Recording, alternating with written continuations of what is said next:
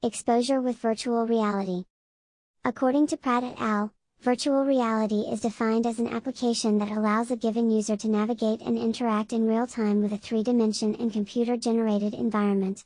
Conducting exposure in virtual reality allows a therapist to expose a person to fear-provoking stimuli, as with traditional means, in a situation that is computer-generated, see for example of various stimuli. Screenshots of virtual environments used to treat phobia of cats, dogs, snakes and germs. Many technologies are available to immerse patients in VR, and the currently most popular and affordable one relies on head-mounted display, HMD, technology, where small monitor screens are mounted in a pair of glasses, see the patient on the left in, and paired with a motion tracker, allowing to immerse the patient, usually referred to as the user, in a virtual environment where he or she can be gradually exposed to his or her fear.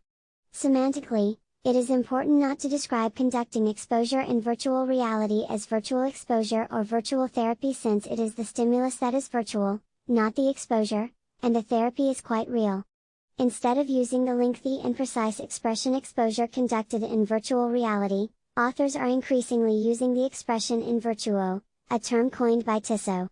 In virtuo is created through an analogy with adverbial phrases from Latin such as in vivo, an expression commonly used to describe exposure conducted in real-life situations, as opposed to require the patient to imagine the feared stimuli, in vitro meaning in glass, and in silico meaning in silicon. When learning to use in virtuo exposure, therapists must become familiar with two concepts: presence and virtual reality-induced negative side effects.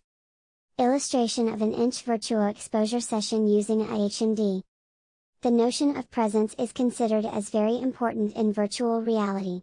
Presence is often defined as the perception of being there inside the virtual environment in which the individual is immersed, even if the person is physically in another environment.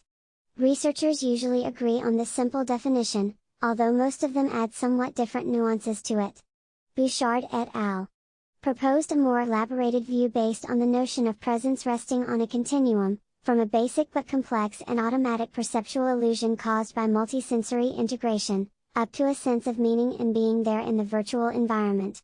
The gradient on the continuum begins at the most cognitively implicit and automatic level referred to as proto-presence, it evolves into core presence and, at the highest end of the continuum, the perceptual illusion enters a range referred to as extended presence. This terminology was proposed to match Damasio's three neurological layers of consciousness. It builds on propositions by Riva and Waterworth, although it focuses on defining presence as essentially a strong perceptual illusion leading to a sense of meaning about the events occurring in the virtual environment. The subjective feeling of being there therefore refers to presence experienced at the highest end of the continuum in automatic behaviors, such avoiding to collide with a virtual wall refers to core presence. Some conditions seem associated to the development of the feeling of presence and increasing its intensity on the continuum from proto-presence to extended presence. Sadowski and Stanny summarized 7 factors contributing to the feeling of presence, and additional empirical evidences were provided by Youngblood. These factors are summarized in Table 1. The relationship between the feeling of presence and the treatment outcome of in virtuo exposure for phobias is still unclear. However, because developing new internal representations and associations between the feared stimuli and the lack of threat is the well-known key ingredient in the process of change underlying exposure for phobias, it is unlikely that presence in itself could be an essential mediator of treatment outcome. Why would feeling more or less present in the virtual environment cure phobias? It is more likely that feeling present allows, at least to some extent, the virtual stimuli to elicit anxiety, exposure to occur, and traditional treatment mechanisms to take place.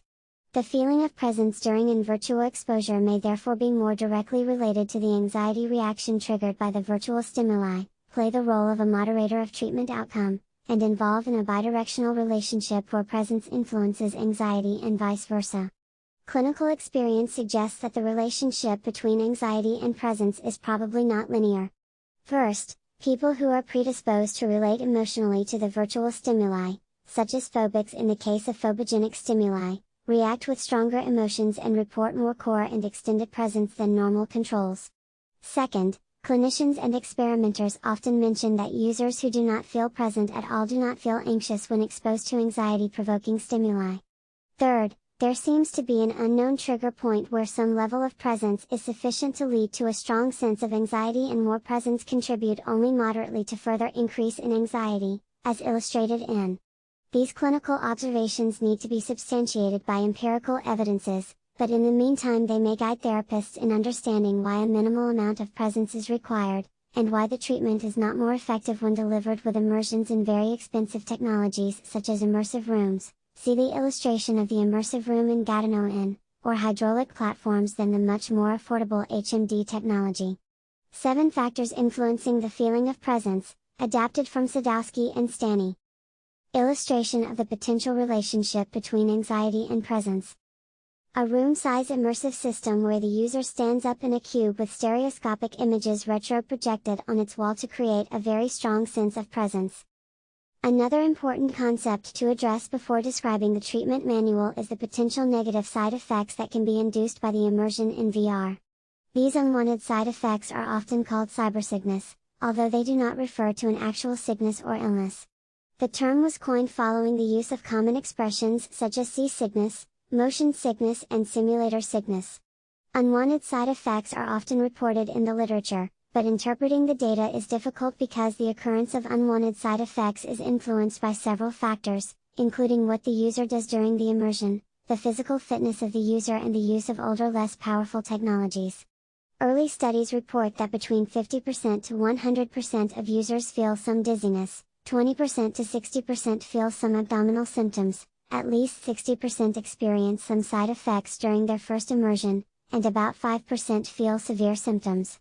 Negative unwanted side effects are routinely measured using a well-established instrument, the Simulator Sickness Questionnaire, SSQ.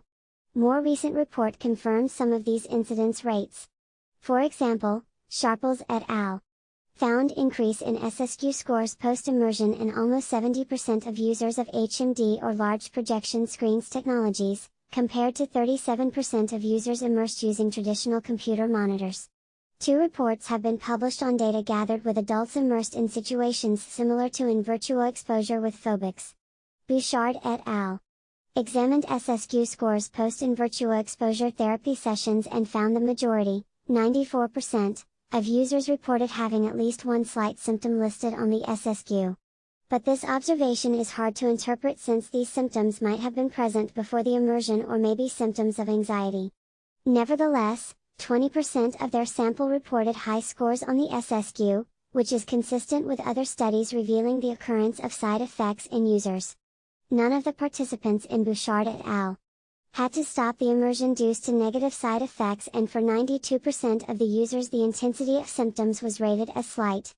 Another study in the same article replicated what was found in experimental settings, showing that therapy sessions within virtuo exposure requiring more movements from the user, such as walking to different locations in the virtual environment, induced more unwanted side effects than immersion requiring only to sit and look around, such as in virtuo exposure for fear of flying. Finally, they followed up some participants 24 hours post-immersion with the SSQ. Their data indicated that side effects were not an issue after the therapy session. Interestingly, the SSQ scores were higher before than after the immersion, suggesting that apprehension and other factors may inflate SSQ scores. In sum, this publication shows that negative unwanted side effects do occur, should be monitored by therapists, but should not be a source of concern for the vast majority of patients. Bouchard et al. Targeted more specifically the assessment of unwanted side effect of a VR immersion using the SSQ and the potential overlap with anxiety symptoms. First, results of their factorial analysis conducted with more than 500 users questioned the scoring method of the SSQ and led to propose, A, to systematically report the total score without following the weighting procedure suggested for the SSQ items, and, B, a 2-factor solution consisting of nausea and oculomotor symptoms.